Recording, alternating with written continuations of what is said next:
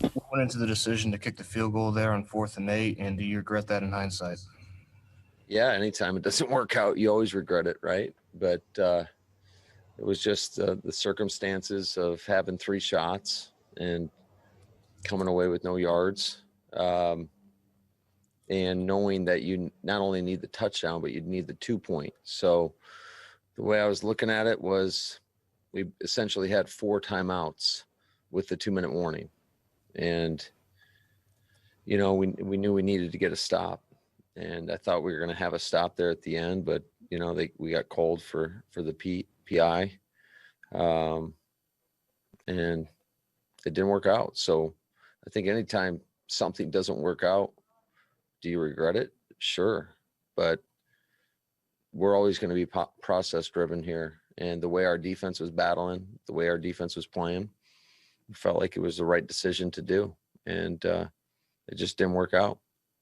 Yeah, that wasn't my decision, but I understand the thinking above 2 minutes with all of our timeouts, but yeah, that wasn't my decision. Matty allowed me to call that 3rd down play. If I had known we were going to kick it, if we didn't get it, maybe something else would have been maybe gone with some sort of, crossing routes maybe there instead. But I thought we, maybe we're going to have 4 chances to go. Rob Domofsky. Aaron, I don't know how it exactly works in the heat of the moment, but is there any opportunity to try to convince Matt to go for it in that situation on 4th and 8, or is that not even possible? Yeah, I mean, I don't know. That's a tough one, Rob. I look over sideline, I see, 5 big guys around the field. There's a lot of gymnastics that has to happen to get us, to be able to go for it there. But, I don't know. That decision was made, and we moved on. Now, look, I've seen quarterbacks in the past, in the midst of those gymnastics involving 5 big guys coming out for the field goal team, say this: go back. We're going for it. Lamar Jackson did it famously last year in the Seahawks-Ravens game, where the 2019 Ravens really landed on our radar screen as a legitimate force. If worst-case scenario happens and you don't have enough time, you got 3 timeouts. I mean, this is about trying to tie the game, not conserve your timeouts. And I don't want to blame Aaron Rodgers for it because he's just deferring to the structure he's a part of. Matt LaFleur said we're always going to be driven by process. I don't know what that means. All I know is this, and I wrote about this today at PFT. It dawned on me as I was thinking about this. What Matt LaFleur did in that one moment, Charean, he underestimated 2 of the greatest quarterbacks in league history. He underestimated the ability of Aaron Rodgers to make the play with the season on the line, and he underestimated the ability of Tom Brady to deliver the dagger when given the opportunity to hold the lead of 5 points with 2 minutes left. No question, Mike, and it was a very good post. And that was my argument, too. Do you trust Aaron Rodgers more, or do you trust your defense more to stop Tom Brady? And to me, you trust Aaron Rodgers more in that situation. And frankly, Mike, if they don't get it there, the Bucs are on the 8-yard line. I would like my chances more from the 8-yard line stopping them, because maybe the Bucs are more careful in that situation.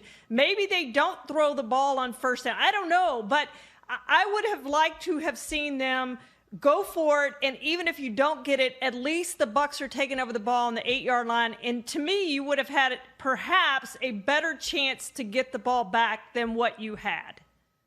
Yeah, we saw Tom Brady converting 3rd downs all game long. There were just 2 punts for the Tampa Bay Buccaneers. Now, there were 3 consecutive Brady interceptions on 3 straight drives. 2 of those may have ended up in punts. 1 was in field goal range. But when you consider all the circumstances, see, this is why I don't like predetermined organizational, situational football decisions where you think about it ahead of time, and if we ever get in this situation, this is what we're going to do. This much time on the clock, this down and distance, this field position, press the button, this is what you do, because we've already done the research ahead of time. You've got to consider the bigger picture here. The Buccaneers were up 18. It was over. And then here come the Packers. They make it close. They make it interesting. They get it to 28-23. Then the Bucs get the field goal to make it 31-23. I mean, the Packers almost did to the Buccaneers what the Seahawks did to the Packers 6 years ago when the Packers had their ticket punched for a Tom Brady, Aaron Rodgers Super Bowl. And it fell apart for the Packers. The Packers could have done that. They could have pulled it off. So if your process says in that situation, we're going to trust our defense and take the field goal, your process has to take a hike in that setting. When you're at home, the season's on the line, you were down 18, and you got them on their heels, and you got one of the great quarterbacks of all time with one play. One play. And see, I was pissed off about it this morning, and I still am. Sorry, London, if this is on in London. I don't think it is. But I'm still pissed off about it, Charean, because collectively, all of us were deprived of that moment, of the Buccaneers defense getting into formation, the Packers offense coming up to the line of scrimmage, Joe Buck and Troy Aikman, or the radio folks, if you're listening, to the partisans who call the games, whatever it is, a rare, special moment. Game is on the line. It's 4th and goal from the 8. The Green Bay Packers against the Tampa Bay Buccaneers, Brady and Rodgers. It all comes down to this, unless it doesn't. It still upsets me. And I don't want to be selfish, but I speak on behalf of all football fans when I say, Matt LaFleur, you screwed all of us. Well, and Mike, I felt so much. I'm nonpartisan in both of these games, but I felt the tenseness of that situation. I mean, I'm just like, who's going to win this game? It's going to come when they kick the field goal. I'm like, Bucs are going to win this game. I don't see the Packers getting the ball back with enough time to. And I realize it's Aaron Rodgers, but it was also Tom Brady on the other side, which goes to your point. You got to know who's on this other side of the ball. The Browns against the Chiefs. Patrick Mahomes on the other side. You don't punt in that situation. Bills, you don't kick field goals in that situation. Patrick Mahomes is on the other side. He averages 36 points in playoff games he started and finished. So know who's on the other side of the ball. Don't just look at some chart, as you said, predetermined. And, Mike, let's go back also to the 2-point conversion they went for. If they don't go, and analytics in that situation says go for it. I get it. There's a place for analytics. But I'm just saying, if you kick the extra point at that point, you only need the 7 points, and your chances of tying that game and sending into overtime go up, not down. Now, if they had gotten a 2-point conversion, it would have been completely different. But St. Brown dropped the pass that was slightly tipped at the line, and here we are talking about they needed the touchdown and the 2-point conversion. And I know analytics in that situation, from what I saw, their chances of winning didn't change much whether they kicked the field goal or went for it. But I would have liked their chances better with Aaron Rodgers in that situation from the 8-yard line. One play. Yeah, look, and even though LaFleur pointed to the pass interference as the reason for extending the drive and allowing the Buccaneers to win the game, well, that's one of the risks you assume when you let them have the ball. Yeah, one of the possibilities is they're going to pick up a first down via a penalty. It's going to happen, potentially. Or somebody's going to pop through the line of scrimmage and run for a first down. Or Tom Brady's going to hit.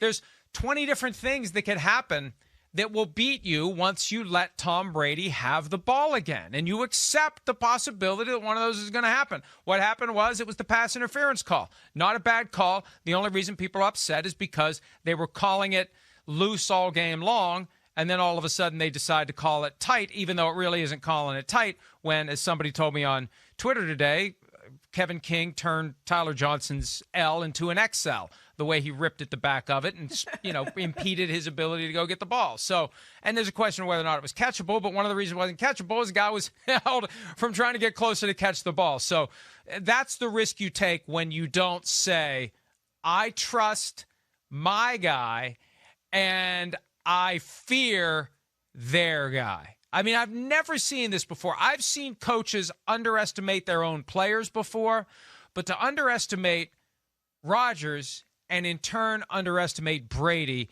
is one of a kind. And this feels like one of those that, just like Rodgers' comments, the more time passes, the more it's going to stink. And the more people are going to say, what the hell happened? And this is going to be a little bit of a mess that Matt LaFleur has to clean up in Green Bay. And it may be one of the reasons why Aaron Rodgers is thinking, I carry this team all year long, and then we get to the point where the season is on the line, and I don't get the opportunity? I mean, have I not done enough to merit the opportunity to convert on 4th and goal from the 8? If we don't get it, it's on me. I'll take the blame. But I think I've earned the right to be the one to make that play. That's probably one of the reasons why he was so dejected after the game. And guess what, Mike? You talked about the pass interference penalty. I was yelling this when I was watching Matt LaFleur. Maybe the same thing happens on the 4th and goal play. Maybe you get the defensive hold or the defensive pass interference, and guess what? You've got 1st and goal from the 1. Not only can you score the touchdown and kick the extra and get the 2-point conversion, but you might be able to run the time down as well. So, you know what? He had a chance right there to make history, and instead, Aaron Rodgers makes history in a different way, becoming the first starting quarterback to lose 4 consecutive championship games like that. And he didn't give Rodgers the chance in this game, and there were multiple coaching errors in this game. That obviously was the biggest, but we are overshadowing and forgetting about the one right before the half, which may have been the play of the game. Yeah, the Scotty Miller, no risk it, no biscuit touchdown throw where I don't know what the Jets. I'm thinking the Jets because I'm thinking Greg Williams. I don't know what the Packers were thinking. Mike Pettin used to be with the Jets. No 2 safeties deep. Wasn't really guarding the sidelines against the out. And Kevin King let Scotty Miller run by him for that touchdown. And that was look, that's all the more reason to go for it on 4th and goal from the 8. Yeah. Because when Scotty Miller catches that ball, that game feels over. And then the fumble by Aaron Jones to start the second half and the Bucs score again, it's definitely over. They were on the brink of pulling off what history would have remembered as one of the great comebacks of all time in postseason NFL annals, and they opted not to let one of the great quarterbacks of all time get it done. I'm telling you, the more I think about it, the more it upsets me. So my guess is the more Aaron Rodgers and other Packers players think about it, especially on the offense, the more it's going to upset them. Hi, I'm Mike Tirico, and thanks for watching.